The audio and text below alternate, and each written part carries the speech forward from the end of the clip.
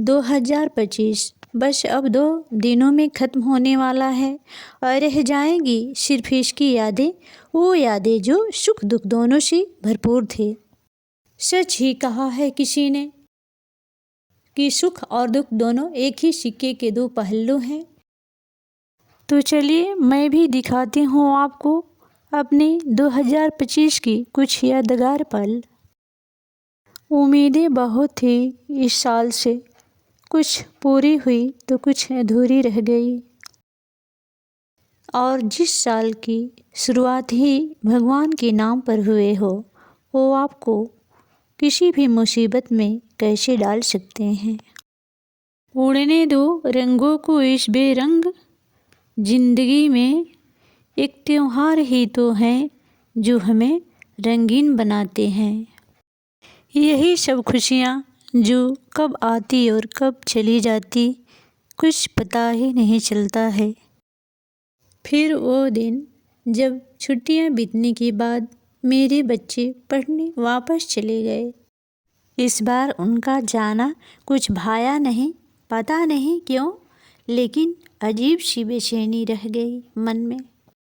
और ये बेचैनी कब बीमारी में बदल गई पता ही नहीं चला। अच्छी माँ तो हर बेटे के पास है, लेकिन एक अच्छा बेटा किसी माँ को बड़ी मुश्किल से मिलता है। और मेरा बेटा जिसने मुझे न जाने कहाँ कहाँ लेकर के दौड़ा, बस इसलिए कि मेरी माँ जल्दी से ठीक हो जाए। और किस्मत तो देखिए, 5 बच्चे हैं मेरे, लेकिन उस वक्त वो भी कम पड़ गए। इसलिए नहीं कि वह मेरे साथ नहीं थे, इसलिए क्योंकि मेरी ऑपरेशन के साथ साथ मेरी बड़ी बेटी का भी ऑपरेशन हुआ, जिससे ये प्यारी सी बेटी हुई। और अब आप सोचेंगे कि बाकी के 4 बच्चे तो होंगे ना। जी हाँ, 4 तो थे, लेकिन सिर्फ ऑपरेशन तक। उसके बाद में दूसरी बड़ी बेटी को ट्रेनिंग स्टार्ट हो गई यूपीपी की, तो उसे जाना पड़ा।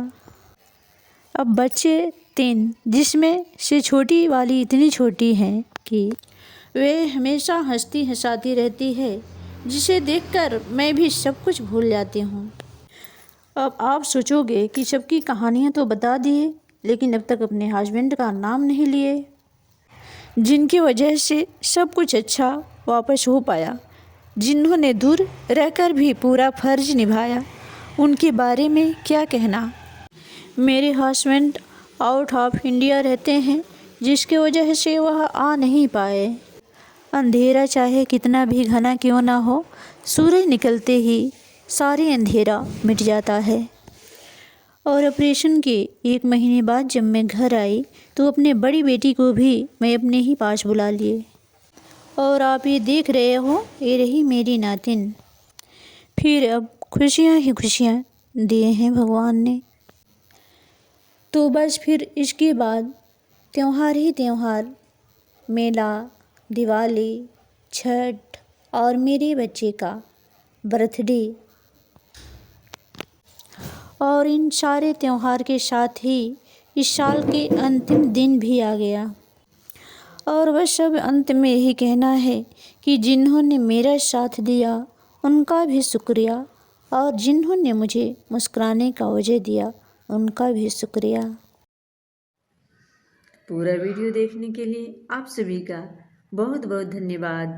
और मिलते हैं नए साल में, और नए साल की हार्दिक शुभकामना, अभिनंदन आप सभी को।